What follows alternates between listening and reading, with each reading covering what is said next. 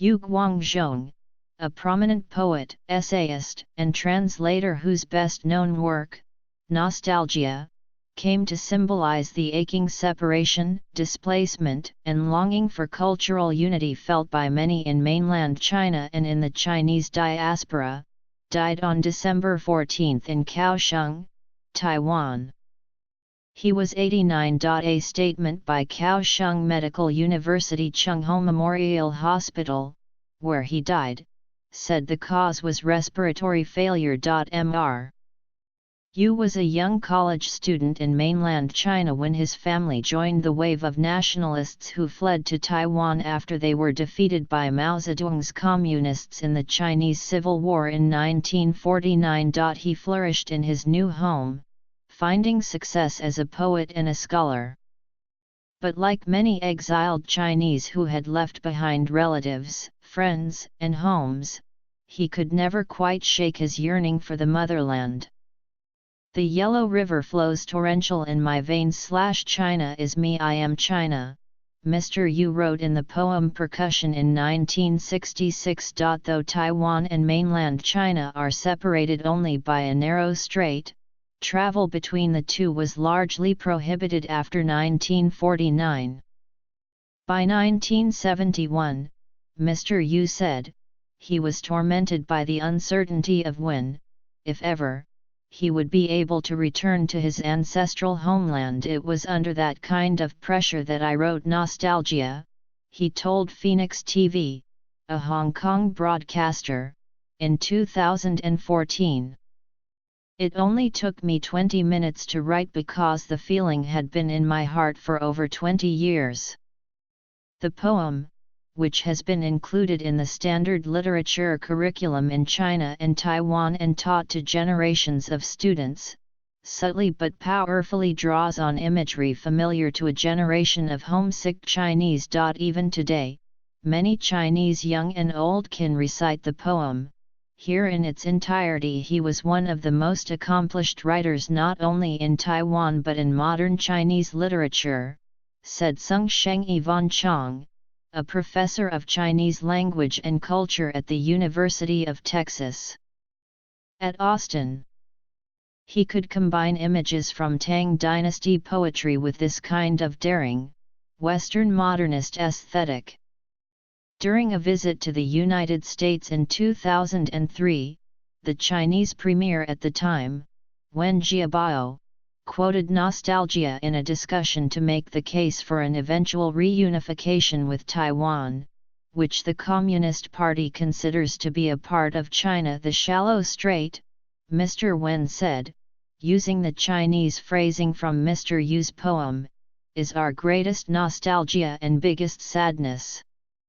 Though Mr. Yu was outspoken about his anti-communist views, he remained largely unfazed by the apparent politicization of his work by party officials. No matter what happens politically, we still share the same culture, he told the newspaper People's Daily in 2006. With more communication, there will be more understanding, he added. Let's not abandon 5,000 years of culture because of 50 years of politics. Yu Guangzhong was born on October 21, 1928, in Nanjing, which was then the capital of China. His father, Yu Chaoying, was an educator and later a civil servant in the nationalist government led by Chiang Kai-shek.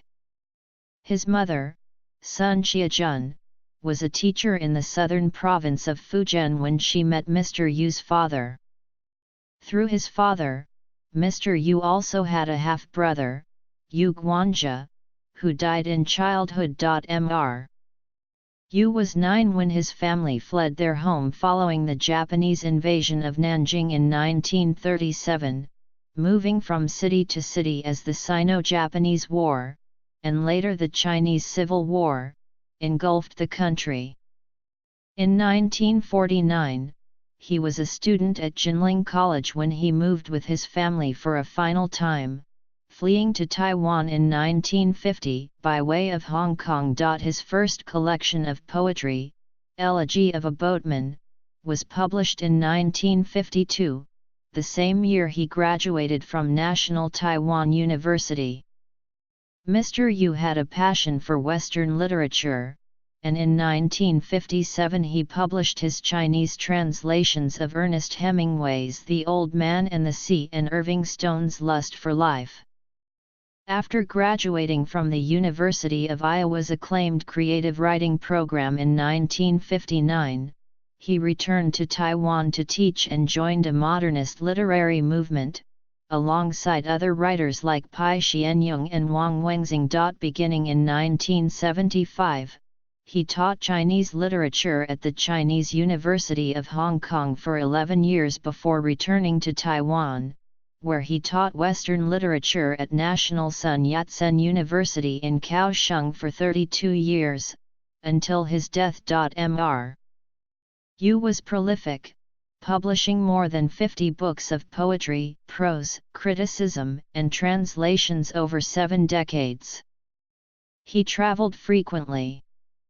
Besides Hong Kong, he wrote and taught in Europe, the United States and, after the travel ban was lifted in 1987, Mainland China. Mainland China is like my mother, Taiwan is a wife, Hong Kong is a lover, and Europe is a mistress, he wrote in a 1998 essay titled From Mother to an Affair. Though Mr. Yu was unequivocally celebrated in the mainland, his legacy in Taiwan was at times the subject of debate. In the 1970s, Taiwan, one of the 4 so-called Asian tigers, was undergoing rapid industrialization and social transformation. In response, local writers began to take up what they saw as the growing marginalization of farmers and underprivileged classes. Mr. Yu was alarmed by what he viewed as rising leftist sentiment at home.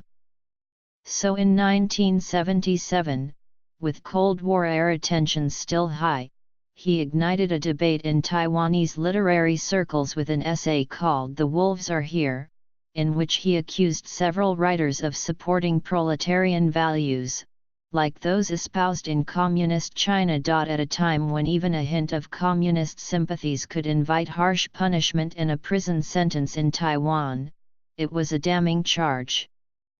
Many criticized Mr. Yu of collaborating with the nationalist government to suppress leftist writers. Many years later, Mr. Yu denied the accusations. I have never joined any political party, he wrote in 2004. At the same time, he also expressed regret for writing the 1977 Wolves essay. My emotions were out of control, he explained. I was still in shock about the Cultural Revolution. I was feeling depressed and especially sensitive to any left-leaning remarks. His survivors include his wife, Fan Woatson, and their 4 daughters, Shan Shan, Yushan, Paishan and Jishan. Mr. Yu remained steadfast in his love for China and Chinese traditional culture. In a 2010 interview, he estimated that he had returned to mainland China about 50 or 60 times since 1992 in the last few years. I've come back to the mainland too often, he said wryly. I can't bring myself to write nostalgia poetry anymore.